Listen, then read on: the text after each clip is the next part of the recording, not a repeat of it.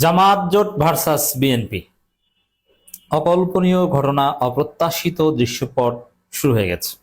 আগামী 24 ঘন্টায় বাংলাদেশের রাজনীতির গতি প্রকৃতি পাল্টে যাবে। বাংলাদেশ এক নতুন ইতিহাসের মুখোমুখি হবে, নতুন বাস্তবতার মুখোমুখি হবে। অলরেডি জামাত বিএনপি 360 ডিগ্রি বিপরীত অবস্থানে মুখোমুখি হয়ে দাঁড়িয়েছে। যেমন বিএনপি গায়ের জোরে বলছে সংসদের প্রথম অধিবেশনে রাষ্ট্রপতি ভাষণ দেবেন। মানে বিএনপির কথাটা হচ্ছে এরকম যে তারা যে চুরি করছে জানে যে চুরি করছি। অনেকে বলে না, কিছু কিছু চোর আছে যে আপনি যদি তাকে ধরতে পারেন তাহলে অনেক চোর তো যে চুরি করেছে ভাই মাফ করে দেন, কিন্তু কিছু চোর আছে বিশেষ করে পারিবারিক পরিমণ্ডলে ঘটে। যেমন আপনার 5 ভাই, তার মধ্যে এক ভাই যদি কিছু একটা চুরি করে ফেলে, এখন ভাইকে তো আর জেলে দিবেন না বা তাকে ওইভাবে মারবেন না। পারিবারিক স্পেয়ারে বা এরকম সমাজের মধ্যে যে এমন একজন ব্যক্তি চুরি করেছে যে তাকে জেলে দেওয়া, মায়ের দেওয়া, গণধোলাই দেওয়া কিছুই সম্ভব হবে না। সেক্ষেত্রে ওই চোর বলে যে চুরি করেছি তাতে কি হয়েছে, কি আছে না এরকম এরকম যে বিএনপি জানে যে এটা একটা অন্যায়, এটা গাদ্দারি, এটা দৃষ্টিকটু এবং এটা এক প্রকার বেআইনি। যে রাষ্ট্রপতি চুপ্পু সংসদে ভাষণ দিবেন এটা হারাম। কেন? আওয়ামী লীগ নিষিদ্ধ এবং আওয়ামী লীগের পতন হয়েছে। সে নিষিদ্ধ আওয়ামী লীগের রাষ্ট্রপতি কিভাবে বৈধ হয় এখনো?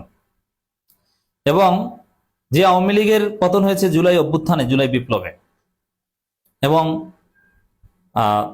জুলাই শহীদদের প্রতি মিনিমাম শ্রদ্ধা দেখানোর অংশ হিসেবেও তো এই আওয়ামী রাষ্ট্রপতি ভারতের দালালকে কিছুতেই ভাষণ দিতে দেওয়া উচিত নয়।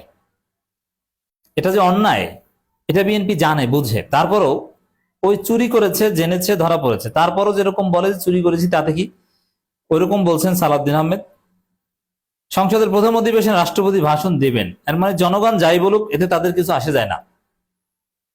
নির্লজ্জ আচরণ করছে বিএনপি, একদম নির্লজ্জ আচরণ। বিএনপি কোনো লজ্জা শরম তো নাই, জানে যে চাঁদাবাজি করে, মানুষ চাঁদাবাজি বলে, তারপর ওটা করে।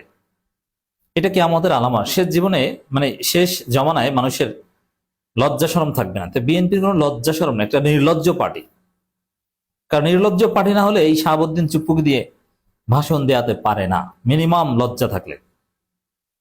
তাও এখন বিএনপি ক্ষমতা আসার পর সংবিধান তো বিএনপি কিছুই মানছে না, মিথ্যা কথা বলছে সংবিধান মানছে। চাইলে এখানেও বিকল্প কিছু করতে পারত না।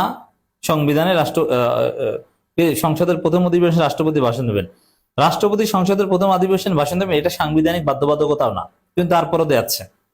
এটা হচ্ছে চূড়ান্ত পর্যায়ে নির্লজ্জতার প্রমাণ, বিএনপির ঘাটতারামির প্রমাণ, জনগণের সাথে বিশ্বাসঘাতকতা, জুলাই অভ্যুত্থানের জুলাই স্প্রিট পরিপন্থী কাজ, এবং বিএনপি যে জুলাইকে মানে না তার একটা প্রমাণ। এর ঠিক সম্পূর্ণ বিপরীত কথা বলছেন জামাত ইসলামী। স্পষ্টভাবে জামাতের সংসদীয় দলের মিটিং শেষে ডাক্তার সৈয়দ আব্দুল্লাহ মোহাম্মদ তাহের এমপি তিনি বলছেন স্বৈরাচারের দোসর রাষ্ট্রপতির সংসদে ভাষণ দেওয়ার অধিকার নাই। তো একদম বিপরীতমুখী অবস্থানে আবার নাহিদ ইসলাম বলেছেন যে রাষ্ট্রপতিকে গ্রেপ্তার করতে হবে। কিসের ভাষণ দিবেন? একে অভিশংসন করে গ্রেপ্তার করতে হবে। বোঝা যায় যে বিএনপি জামাত বা জামাত জোট বিএনপি মুখোমুখি অবস্থানে আছে, একদম 360 ডিগ্রি মুখোমুখি অবস্থানে আছে, সম্পূর্ণ বিপরীতমুখী অবস্থানে আছে। এবং ভাষণের সময় যেহেতু ভাষণ দিবেন এটা তো আর ঠেকানো যাবে না। ভাষণের সময় জামাত এনসিপি কি করে, ডেপুটি স্পিকার পদ জামাত নেয় কিনা, এবং সংবিধান সংস্কার পরিষদের বিষয়ে কি হয়, জামাত এনসিপির রিয়াকশনটা কি, তার বিপরীতে বিএনপি সরকার কি করে, অনেক কিছু আগামী 24 ঘন্টার মধ্যে ঠিকঠাক হবে। অতএব এক বিরল পরিস্থিতির মুখে বাংলাদেশ। 24 ঘন্টার মধ্যেই নানান নাটকীয়তার রহস্যভেদ হবে এবং পরিস্থিতি কোন দিকে যাচ্ছে সবকিছু জাতির সামনে স্পষ্ট হবে। তবে বিএনপি জাতির সামনে গাদ্দার হিসেবে প্রতিষ্ঠিত হলো, এতে কোনো সন্দেহ নেই। দর্শক দেখেন, আবার স্পিকার ও ডেপুটি স্পিকারের শপথ পড়াবেন রাষ্ট্রপতি, মানে সবকিছু রাষ্ট্রপতি। তাহলে যদি বলা হয় যে বিএনপি সালাউদ্দিন আপনাদের আব্বাকে, তাও বলবে রাষ্ট্রপতি। রাষ্ট্রপতি হচ্ছে এখন বিএনপির প্রধান অভিভাবক, আব্বা। তারেক রহমান একদিন একটু অসম্মান করেছিলেন, রাষ্ট্রীয় আচার মানেননি 21শে ফেব্রুয়ারি, কিন্তু পরের দিনই আব্বা আব্বা বলে রাষ্ট্রীয় আচার মেনেছেন। মানে এই চুপ্পুর মধ্যে কি মধু দেখেছে অথচ এই চুপ্পুকে রাষ্ট্রপতি রেখে কিন্তু ইউনূস দেশ চালিয়েছেন সফলভাবে। কিন্তু না, তারেক রহমান পারেন না, আব্বা মানতে হয় তাকে। স্বরাষ্ট্রমন্ত্রী সালাউদ্দিন আহমেদ বলেছেন, ত্রয়োদশ জাতীয় সংসদের প্রথম অধিবেশন বেলা 11টায় শুরু হবে। এদিনে নির্বাচিত হবেন স্পিকার ও ডেপুটি স্পিকার। তাদের শপথ পড়াবেন রাষ্ট্রপতি মোহাম্মদ শাহাবুদ্দিন।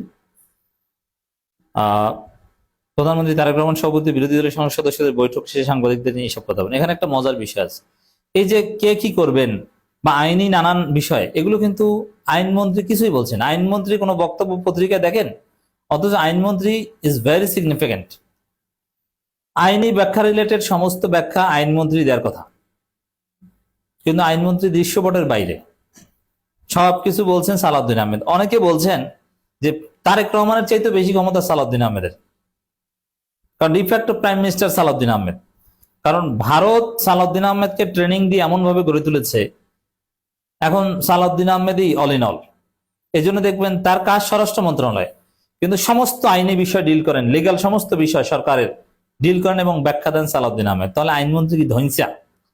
আইনমন্ত্রী বানিয়েছেন কি জন্য? আইনমন্ত্রীকে দেখলেই কেমন যেন একটু সোর সোর মনে হয়, মানে চোখ ভিতরে ঢুকে গেছে।